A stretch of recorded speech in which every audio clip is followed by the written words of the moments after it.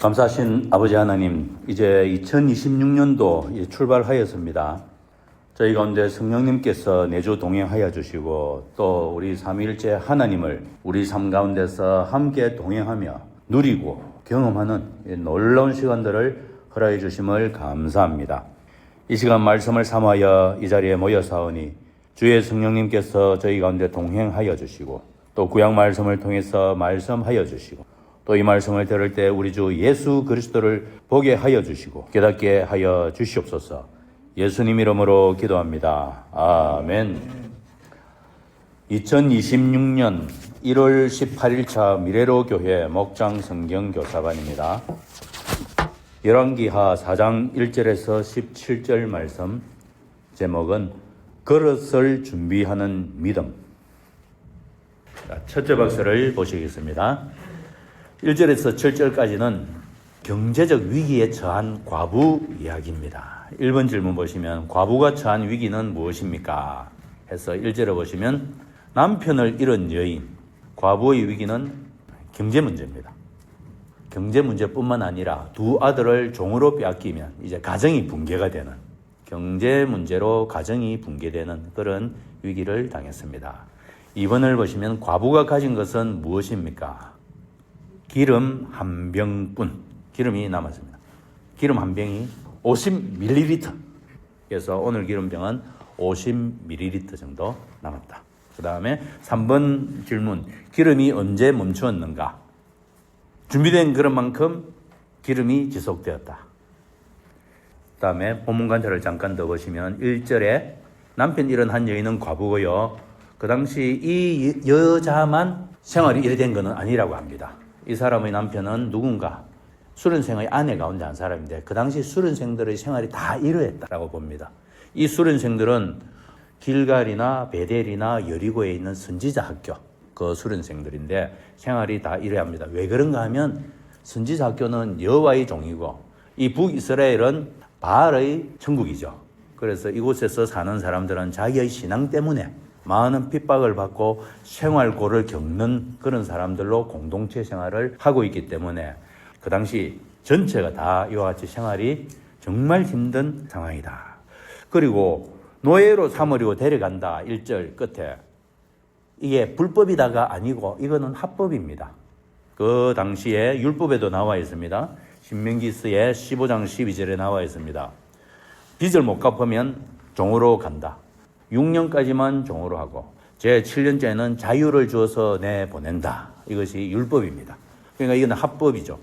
합법적으로 이제 법 집행을 앞둔 상황이다. 이 말이죠. 그래서 과부가 엘리사에게 말한 것은 불법으로 데려간다 이 뜻이 아니고 합법적으로 이제 아들을 빼앗기게 된 이 안타까운 사정을 하소연을 한다. 이 말입니다. 그래서 가정은 붕괴가 될 것입니다. 2절에 어떻게 도움이 되겠는가? 무엇을 해주기를 바랍니까? 했을 때 여기 보면 무엇이 남아있어 이렇게 묻습니다. 기름 한 병 50ml의 기름은 인간의 수준으로 보면 거의 없는 것으로 보입니다만은 하나님의 기준으로 보면 기적이 시작되는 지점이다. 이렇게 말씀합니다. 그래서 아주 작은 기름병이지만 이것으로 하나님께서 일을 시작하시고 3절에 빈 그릇을 빌려 오시오. 그런데 되도록 많이 빌려 오시오. 이것은 여인의 믿음을 시험하는 의도입니다. 앞에 엘리사가 수금 타는 자를 불러 오시오. 이렇게 한 것도 같은 맥락이고요. 또는 우리 예수님께서 이 항아리에 물을 가득 채워라. 이것도 같은 맥락이고 믿음을 시험하시는 주님. 이 과부가 믿음이 크면 그릇을 이만큼 빌릴 것이고 믿음이 작으면 꽤 빌려올 것이다. 여자는 왜 빌려오라는지 다 들었습니다. 빌려와서 문을 닫고 안에 들어가서 기름을 부어보시오 하면 50ml밖에 안 나올 거니까 그릇 2개만 빌리면 되겠네. 그 뒤 내용은 엘사가 이야기 안 했습니다. 그냥 되도록 많이 빌려와서 4절에 그릇마다 모두 기름을 부어서 채워지는 대로 옆으로 옮기시오. 채워진다. 꽉 찬다. 이 말씀이죠. 여자가 이 말을 들었을 때 이 일이 과연 가능한가? 믿을 것인가? 말 것인가? 50ml의 기름밖에 없는데 이것이 채워진다. 또 계속 채워진다. 뒤에 장면을 보면 여자는 믿었다는 것을 볼 수 있습니다. 순종했죠. 그러니까 그릇을 많이 빌려온 것을 볼 수 있습니다. 5절에 보면 명령은 엘리사가 했는데 과부의 행위, 아들에게 한 말을 다 들어보면 여인은 하루 동안 고민하다가 그 다음날 그릇을 빌리러 갔다 이런 말은 안 나옵니다. 적극적인 행동을 개시해가지고 적극적으로 빌릴 수 있는 그릇은 다 빌려왔다. 그러면 이 과부는 엘리사의 말을 하나님의 말씀으로 여기고 적극적으로 행동으로 순종했습니다. 하나님께서는 그냥 채우십니까? 준비된 그릇에 채우십니까? 준비된 그릇에 채우십니다. 우리가 컵을 엎어놓으면 빗물이 고입니까? 바로 해놔야 빗물이 고입니까? 네, 그렇습니다. 비가 아무리 와도 그릇을 바로 해놔야 채워질 수 있다. 순종이란 무엇인가? 엎어놓은 그릇을 바로 돌려놓는 것이다. 그래서 이렇게 믿고 순종한 그 그릇에 하나님께서 가득가득 채웠습니다. 6절에 그릇이 가득 다 찼습니다. 그런데 그릇 수가 몇 개였을까요? 개수를 안 밝힙니다. 준비된 숫자만큼 다 채웠습니다. 그런데 그 개수만큼 전부 가득 다 찼습니다. 우리가 이 내용을 영적으로 혹은 심력적으로 이렇게 말합니다. 그 빈 그릇은 무엇인가? 우리 심령에 하나님의 은혜를 사모하는 빈 그릇이다. 우리 마음에 빈 그릇이 있으면 하나님의 은혜와 축복을 사모할 것이고 계속 하나님은 거기에 부을 것이다. 왜? 우리 마음에 그릇이 준비되어 있으니까.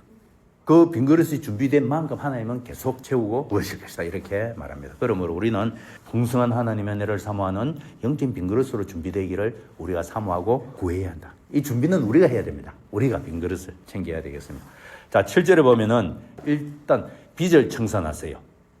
두 번째, 과부가 이야기하지 않았는데 생활비도 다 충당하도록 이렇게 되어서 이 문제의 근원까지도 해결을 해주었습니다.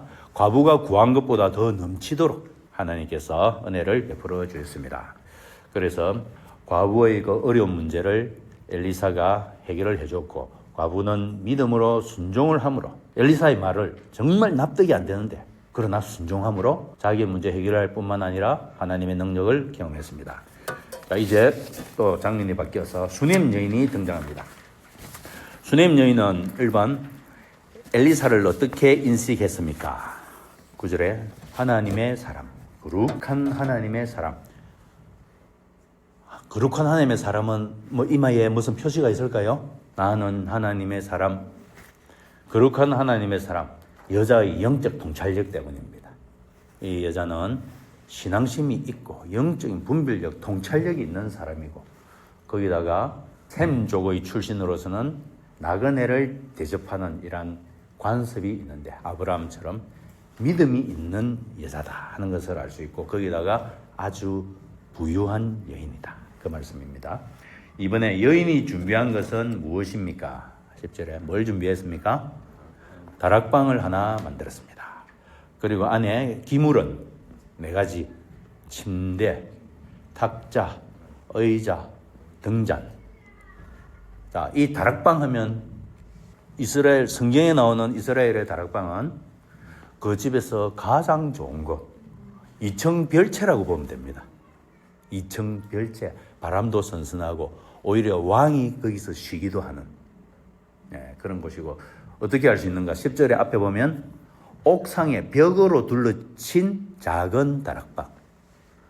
방 안에 있는 작은 골방 이게 아니고 옥상에 완전히 별채로 새로 벽으로 둘러친 이 말은 임시 숙소가 아니고 완전히 영구적으로 사용할 수 있는 단단한 집을 만들었고 그리고 이 다락방은 출입구가 어디인가? 1층으로 올라오지 않습니다. 외부에서 바로 계단으로 들어가는 그런 입구가 있는 그러니까 독립된 거룩한 구별된 객실이다 이렇게 말씀합니다. 그리고 탁자는 우리가 말하는 이런 쿠팡에서 주문한 이런 탁자 아니고 왕들이 서는 가죽으로 덮여진 이런 아주 고급 탁자. 의자도 그러합니다. 고급 체어에 다음에 등잔 하니까 조그만 호롱불 이게 아니고 이 등잔은 성전에서 사용하는 것과 같은 일반 가정에서는 설 필요가 없는 그래서 아마도 아주 구별된 사치하지는 않지만 아주 품위가 있는 그런 구별된 객실을 만들었다 이렇게 봅니다. 자, 3번 질문. 엘리사가 보상을 제안했을 때 여인의 반응은 무엇입니까? 13절 끝에 저는 저희 백성과 한데 잘 어울려 지내고 있습니다. 이 말은 완곡한 거절입니다. 아무것도 필요 없습니다. 이 말씀이지요. 성경에는 표현이 그래 되어 있습니다. 아주 영향력 있는 여인. 그러므로 부유하기도 하고 그리고 인품, 성품, 신앙 인격에서도 존경받는 여인이다. 이렇게 볼 수 있고요. 9절에 우리 앞을 늘 지나다니는 그 사람, 그 거룩한 사람. 아까 엘리사의 동선이 그러합니다. 수넴을 경유할 때마다 그 사람을 알아봤다. 이 수넴 여자가 알아봤고 그 사람을 우연히 접대를 하고 몇 번의 접대 끝에 거룩한 하나님의 사람이라는 통찰력을 갖게 되었다. 이 말씀이고요. 내가 압니다. 9절에. 그래서 남편에게 부탁하죠. 작은 다락방을 만들고 그렇게 준비를 하면 좋겠습니다. 이곳이 중간 휴식처로 사용을 하고 익숙하게 좋아한 곳이라고 볼 수가 있습니다. 이곳에서 엘리사는 휴식도 하고 말씀을 연구도 하고 묵상이나 기도도 하는 그런 장소로 아주 잘 활용을 했다고 볼 수 있습니다. 그것은 11절에 그렇게 나와 있습니다. 그 다락방에 올라가 누워 쉰다. 누워 잔다는 말이 아니고요. 이 단어는 그 방을 아주 생활 중에 밀착해서 잘 사용하고 있었다 하는 이 말씀입니다. 그래서 재충전을 하기도 하고. 자, 게하시가 등장하죠. 12절에 게하시의 이름의 뜻은 탐욕입니다. 탐욕스럽다.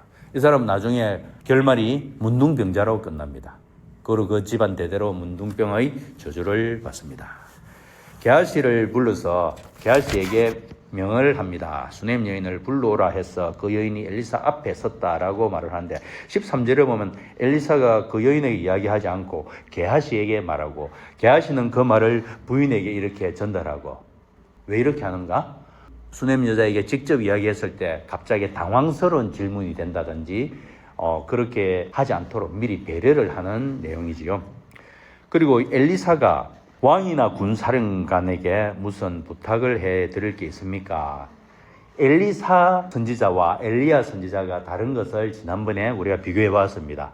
엘리야는 주로 광야에서 생활하고 엘리사는 주로 성읍에서 또 집에서 생활하고 도시에서 생활하고 그리고 특히 엘리사는 왕과도 밀접한 관계가 있고 심지어 국가적인 사건, 지난번에 봤던 전쟁, 거기에도 직접 개입을 해서 영향력을 미치는 이렇게 엘리사는 사람 친화적인 이런 생활을 한 것을 보고 있고요.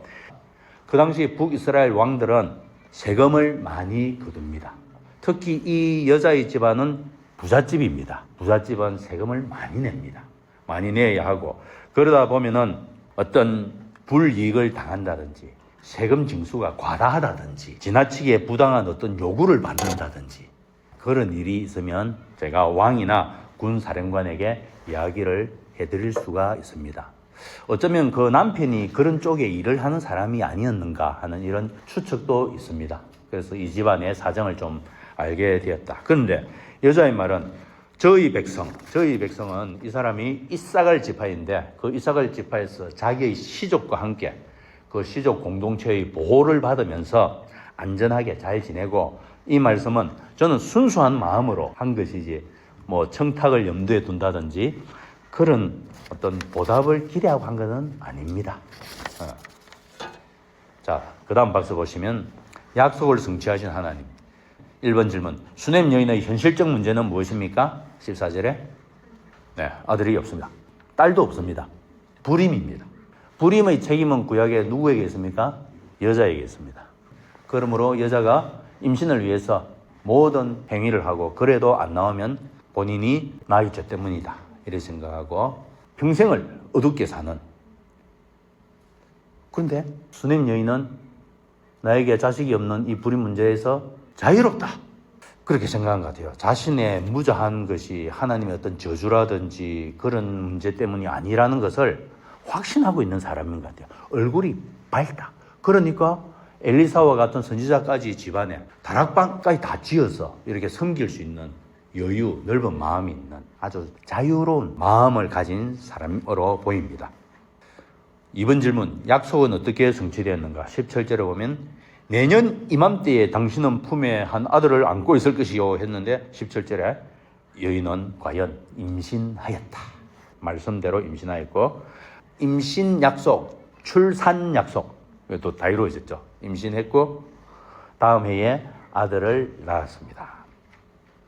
14절에 보면 아들이 없고 딸도 없고 남편은 너무 늙었고 아브라함처럼 그 몸이 완전히 죽었고 이 집안에 다시는 자식을 볼 수 없고 15절에 그 여인을 다시 불러오게 하였다. 왜 다시 불러오게 했는가?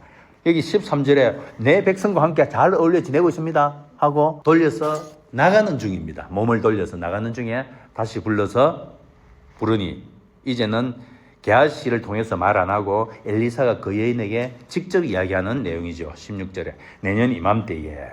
그러니까 여인의 반응이 그런 말씀 마십시오. 농담하지 마십시오. 듣기에는 좋은 말이지만 감히 소망하고 있지 않습니다. 16절과 17절은 1년의 공백이 있습니다. 임신하고 출산을 했으니까. 그래서 엘리사의 말대로 아들을 얻었습니다. 그런데 이 내용은 북이스라엘의 영적 상황을 보여준다 이렇게 말합니다. 북이스라엘은 최종적으로 722년에 아수르에게 멸망하면서 영적인 열매가 전념없이 소멸되어 버립니다. 그 소멸되기 전까지 많은 선지자들이 이 북이스라엘을 도왔지만 없습니다. 그래서 현재적으로는 그 당시 현재적으로는 엘리사를 통해서 하나님의 말씀을 통해서 이 수넴 여자 자식이 없는 이 수넴 여자가 생명을 얻었듯이 북이스라엘의 소망도 오직 한 가지밖에 없다. 하나님의 말씀으로만 북이스라엘이 살아날 수 있고 생명을 얻을 수 있다 하는 그런 내용을 보여줍니다. 개관을 보시겠습니다. 예언자 수련생의 아내인 과부가 빚 때문에 두 아들이 노예로 끌려갈 위기에서 엘리사에게 부르짖습니다. 엘리사는 집에 남은 것이 무엇인지 묻고 여인은 기름 한 병뿐이라고 대답한다. 엘리사는 빈 그릇을 많이 빌려오게 하고 문을 닫은 채 그릇마다 기름을 붓게 하여 그릇이 다 찰 때까지 기름이 계속 나오게 한다. 그릇이 더 없자 기름이 멈추고 엘리사는 그 기름을 팔아 빚을 갚고 생활하라고 지시한다. 이후 엘리사가 수넴에 이를 때 부유한 여인이 극진히 대접하고 남편과 상의하여 다락방을 마련해 준다. 엘리사는 그 여인에게 내년 이맘때 아들을 안게 될 것이라고 말하고 말한 대로 여인은 임신하여 아들을 낳는다. 성령의 검 첫째, 순종하면 공급하신다. 순종은 결과를 보고 하는 행동이 아니라 말씀 자체를 신뢰하는 선택이다. 하나님은 순종의 행위 위에 초자연적 공급을 부으신다. 시작. 잔치를 맡은 이는 포도주로 변한 물을 맛보고 그것이 어디에서 났는지 알지 못하였으나 물을 떠온 일꾼들은 알았다. 물 떠온 일꾼들은 순종한 사람들입니다. 2번 계산 없이 섬기면 기억하신다. 참된 섬김은 보상과 대가를 계산하지 않는다. 하나님은 사람의 눈에 드러나지 않는 헌신까지 기억하고 갚으신다. 시작. 하나님은 불의하신 분이 아니므로 여러분의 행위와 여러분이 하나님의 이름을 위하여 나타낸 사랑을 잊지 않으십니다. 3번 불가능해도 말씀은 성취된다. 인간적인 한계로 끝난 상황에서도 하나님의 말씀은 중단되지 않는다. 환경이 아니라 약속이 현실을 결정한다. 시작. 예수께서 대답하셨다. 이 사람이 죄를 지은 것도 아니요 그의 부모가 죄를 지은 것도 아니다. 하나님께서 하시는 일들을 그에게서 드러내시려는 것이다. 기도 제목 제가 읽습니다. 상황보다 말씀을 신뢰하게 하소서. 사람의 인정이 아니라 하나님만 바라보게 하소서. 맨 끝에 같이 시작. 환경이 아니라 말씀으로 살게 하소서. 아담스 바이블. 엘리사가 말하였다. 나가서 이웃 사람들에게 빈 그릇들을 빌려오시오. 되도록 많이 빌려와서 아버지 하나님 감사합니다. 우리가 환경을 보고 산 것을 회개합니다. 말씀으로 살지 못한 것을 회개합니다. 그래서 하나님께서 우리에게 빈 그릇을 되도록 많이 빌려라 하여사오니 저희가 이 말씀에 순종하고자 합니다. 믿음을 부어 주시옵소서. 예수님 이름으로 기도합니다. 아멘.